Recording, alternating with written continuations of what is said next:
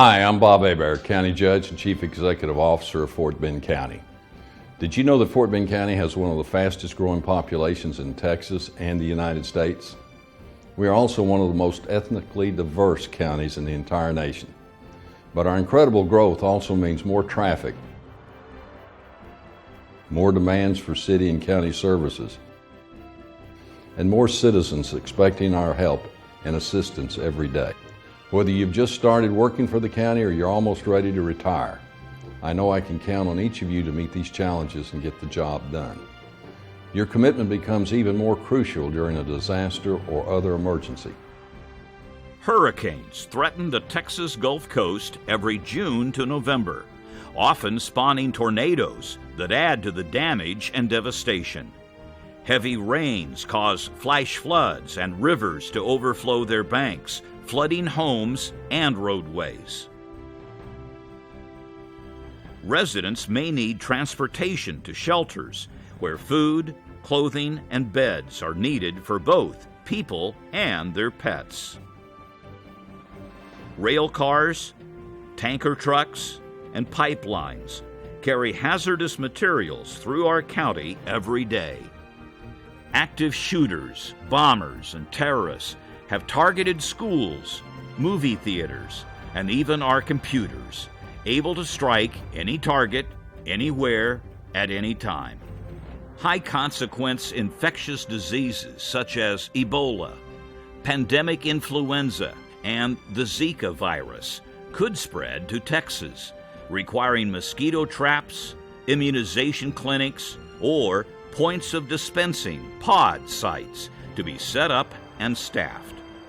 During an emergency, the county's Emergency Operations Center is where county officials coordinate with local jurisdictions, adjacent counties, state and federal response partners to manage the emergency response. The county's public information officers, or PIOs, may set up a Joint Information Center, or JIC, to communicate with community residents and the news media.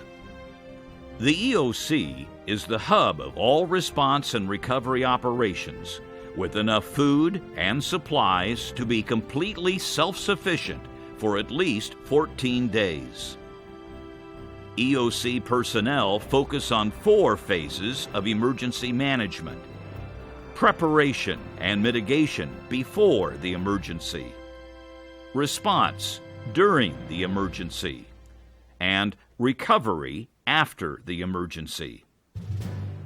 Fort Bend County has a detailed emergency operations plan developed by the Office of Emergency Management. The plan is updated continuously, reviewed and approved by the state of Texas, and tested every year through drills and exercises. During a disaster or major emergency, the county may need your help to respond and recover. Under the direction of the county judge, your department may be called upon to work in the EOC or out in the field. Because of your role and responsibilities, your department may designate you as an essential employee during an emergency. That means you'll be required to complete free classroom or online training in the National Incident Management System and its Incident Command System, or NIMS ICS. There are more than 80 elected offices and departments in Fort Bend County, with more than 2,600 employees. That's a tremendous team of personnel that the county can mobilize, equip, and deploy under our county's Emergency Operations Plan. How might you be utilized? Each elected office and department has developed its own departmental Emergency Operations Plan. These plans spell out what precautions your department should take in advance to minimize impact or damage to your department, and how you will be notified about your job assignment during an emergency. When you think of an emergency, you probably think about first responders like law enforcement, fire, and emergency medical service personnel. But road and bridge crews are needed to set up barricades and remove debris. Information technology staff keep our county computer systems up and running and post emergency information on the county's website. Risk management personnel may help insurance adjusters assess any damage to county assets and facilities. Health and Human Services employees can survey neighborhoods, set up clinics or mobile medical units, and help our citizens suffering from stress, trauma, and other health problems. Even if you don't have a first responder role, we may need your help. Answering phones in the EOC, setting up evacuation shelters, handing out food and water, or managing resources and supplies after the disaster. Again, you'll be briefed on your department's emergency response and recovery roles. Just as the county and your department have emergency plans, you need a plan to protect your family. Visit the website for the Fort Bend County Office of Emergency Management. Scroll over Prepare, then click on Family Disaster Plan to learn how you can make a plan, prepare a kit, be informed during a disaster, and practice your plan at least once a year.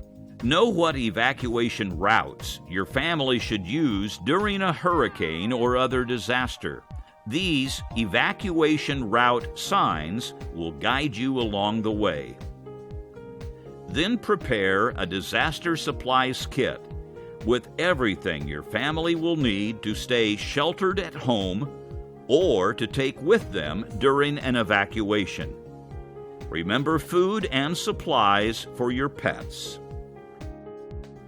Practice your family disaster plan so your family will be prepared ahead of time before any emergency.